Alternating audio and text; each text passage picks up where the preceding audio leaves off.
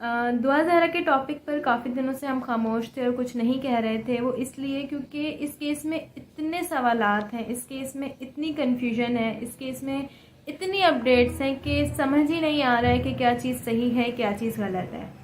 रोज़ बरोज़ एक नई से नई अपडेट जो है सामने आती है। एक ही दिन में कोई 6 न्यूज़ एक ही न्यूज़ चैनल से आ रही हैं कि पहले ये हो गया, फिर ये हो गया, फिर ये हो गया। तो काफ़ी जो है वो मुश्किल हो जाता है इस चीज़ को क्लियर करना कि क्या चीज़ सही है, क्या चीज़ गलत है। जहाँ तक रही बात दुआ ज़हरा के घर वालों से रिलेटेड कि हम मोहल्लेदार हैं, हमें उनके घर जाकर उनसे सवालात करने चाहिए थे, बातचीत करनी चाहिए थी या वीडियो जो है वो रिकॉर्ड करनी चाहिए थी। तो देखिए, मीडिया से बात करना एक अलग चीज़ होती है, it's a totally different thing. और एक मोहल्लेदार या जब गली के लोग जाते हैं या कोई सवालात करते हैं तो वो काफ़ी बुरा समझा जाता है कि शायद हमारे ज़ख्मों पे नमक छिड़कने आ रहे हैं, चस्के लेने आ रहे हैं, मजाक उड़ाने के लिए आ रहे हैं। तो वो काफ़ी ऑकवर्ड सी चीज़ लगती है, अच्छा नहीं लगता है कि उनके घर जाकर बार बार वही सवाल जो मीडिया ऑलरेडी कर रही है वही सवाल हम उनसे दोबारा करें या दोबारा जो है उनकी वीडियो रिकॉर्ड करें। अच्छा नहीं लगता है, बहुत अजीब सा लगता है। तो ऐसे मौके पर हम जो कर सकते हैं ज़्यादा से ज़्यादा वो यही कर सकते हैं कि हम जहाँ कहीं उनको हमारी ज़रूरत हो हम उनका साथ दें, उनको सपोर्ट करें। उनके घर जाकर उनसे सवालात करना बिल्कुल भी अच्छा नहीं लगता, इसीलिए हमने उस मामले में कुछ किया नहीं। हम उनके घर जाके उल्टे सीधे हमने उनसे सवाल नहीं किए या वीडियो जो है वो रिकॉर्ड नहीं की। ठीक है, अच्छा अब आ जाते हैं दुआ ज़हरा के बयानात पर कि जो कुछ उन्होंने बयानात दिए हैं क्या वो सही हैं या नहीं। देखिए, ये बात का फैसला तो अभी तक कोई भी नहीं लगा पाया है कि जो दुआ ज़हरा वो बयानात दे रही हैं वो खुद दे रही हैं, अपनी मर्ज़ी से दे रही हैं या किसी के अंडर प्रेशर दे रही हैं। लेकिन जो पहला उनका बयान आया था तो उससे अभी हमें भी यही लगा था कि हाँ शायद उन्होंने अपनी मर्ज़ी से शादी की है, अपनी मर्ज़ी से गई हैं, अपनी मर्ज़ी से सारा जो है वो बयान दिया है। बट जब उनका सेकंड बयान आया, थर्ड बयान आया, तो वो नज़र आता है कि वो चीज़ बिल्कुल याद की हुई है, रटी रटाई चीज़ है। वन बाय वन एक लफ्ज़ ब लफ्ज़ सेम बयान देना ये काफ़ी मुश्किल होता है। ये सिर्फ ऐसा तभी हो सकता है जब आपने एक चीज़ याद की हुई हो, इसलिए आप उसको लफ्ज़ ब लफ्ज़ दोहरा सकते हैं क्योंकि आपने वो याद किया हुआ होता है। तो यहाँ पर तो एक चीज़ ये क्लियर होती है कि उन्होंने याद किया है, खुद से नहीं शायद दिया, किसी के प्रेशर में आकर दिया, लेकिन ये चीज़ अभी तक कन्फर्म नहीं है, इसलिए हम उनको कन्फर्म नहीं कह सकते। जो सवालात हमने उठाए हैं, जो सवालात मेरे जहन में आए हैं उनके बयानात से रिलेटेड, सबसे पहले तो ये कि उन्होंने कहा कि वो यहाँ से खुद निकली थी, खुद गई, उन्होंने कार जो है वो बुक करवाई, रेंट की कार, और वो लाहौर चली गई और वो खुद गई। ठीक है, वो अपने घर से खुद निकली, लेकिन देखिए एक शहर से किसी और जगह जाना, एक ही शहर के अंदर रहते हुए एक अलग चीज़ होती है, लेकिन अपने शहर से बाय रोड किसी और शहर चले जाना एक 14 साल की लड़की के लिए एक मुमकिन बात नहीं है ना। लाइक आप जाएं वहाँ पर टैक्सी के लिए और वहाँ पे आप टैक्सी बुक कराएं, वो कौन से टैक्सी ड्राइवर्स होंगे या कौन सी कार्स होंगी जो एक 14 साल की बच्ची को बाय रोड जो है वो लाहौर लेकर जाने के लिए तैयार हो गए, मतलब अकेले। क्योंकि कोई भी अकेले जाता है चेक पोस्ट पर, 1000 जगह उनको रोका जाता है, पूछा जाता है कि आपकी फैमिली कहाँ है, आप अकेले कैसे जा रहे हैं, किन के साथ जा रहे हैं, किस काम के लिए जा रहे हैं, क्यों जा रहे हैं। और सबसे मेन बात ये कि उनके पेरेंट्स ने भी हमें बताया था कि वो जो एक कैरी बैग होता है उनका हैंड बैग, वो तक घर छोड़ गई हैं। तो ऑब्वियसली इसका मतलब ये है कि उनके पास पैसे भी नहीं होंगे।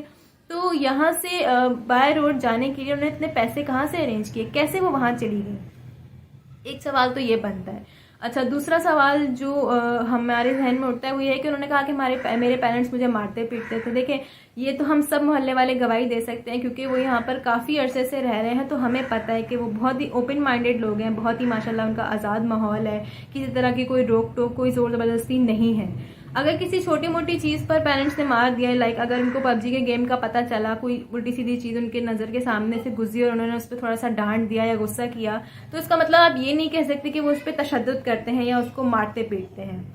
और थर्ड चीज़ जो उन्होंने कही वो ये कि मेरे पेरेंट्स मेरी शादी ज़बरदस्ती किसी से करवाना चाहते थे।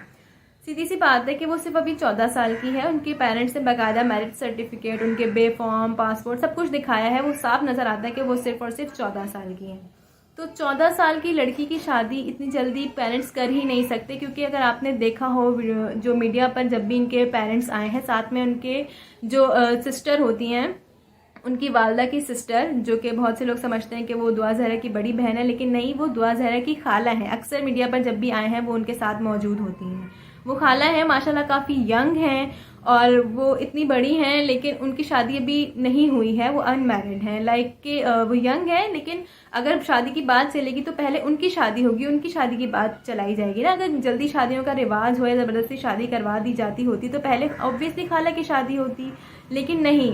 इसका मतलब साफ ये नज़र आता है कि कोई शादी के मामले में ज़बरदस्ती नहीं है। ये बयान जो उन्होंने दिया है, पता नहीं किसी के अंडर प्रेशर आकर दिया है, क्या सोच कर दिया है, लेकिन ये बात तो हम लोग क्लैरिफाई कर सकते हैं कि कोई ऐसी ज़ोर ज़बरदस्ती नहीं है शादी के मामले में। थर्ड चीज़ ये कि लड़के ने जो बयान दिया था वो कहा था कि मुझे तो दुआ ने बताया नहीं था, मेरे घर के नीचे आकर मुझे टेक्स्ट किया उन्होंने। सबसे पहली बात तो ये कि वो तो मोबाइल लेकर ही नहीं गई थी, और जो टैबलेट लेकर गई थी उसमें सिम ही नहीं थी, तो उन्होंने कैसे आपको वहाँ पर आकर मैसेज किया लाइक कि मैं नीचे आ गई हूँ, किस तरह से? ऑब्वियसली नेट नहीं चलेगा, टैबलेट में सिम ही नहीं है, नेट कहाँ से चलेगा? और उसी वक्त इतनी तो ज़्यादा वो हो नहीं सकता ना कि उसी वक्त जाकर उन्होंने सिम खरीद ली, एनआईसी उनके पास नहीं। तो ये सारे मामला इतनी आसानी से नहीं हो सकते जब तक आपको किसी का सपोर्ट ना हो। हम लोग जब कहीं किसी के घर जाते हैं तो हम उनसे पहले राब्ता करते हैं कि यार आप लोग घर में हैं, कहीं आपको जाना तो नहीं है, हम आ जाएं। तो एक लड़की, एक बच्ची अपने घर से निकल के, अपने घर से भाग कर लाहौर आ रही है बिना डिस्कशन के, बिना बताए, ये बहुत ही नामुमकिन सी बात लगती है। ये बहुत बड़ा सवाल है।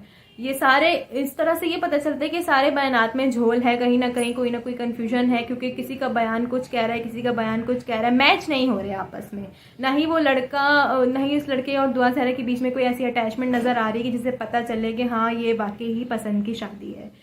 तो ये काफ़ी ज़्यादा इश्यूज़ हैं, काफ़ी ज़्यादा मसले हैं और काफ़ी ज़्यादा मिसअंडरस्टैंडिंग्स हैं जो क्रिएट की जा रही हैं। तो अभी इस हवाले से कोई कुछ नहीं कह सकता है।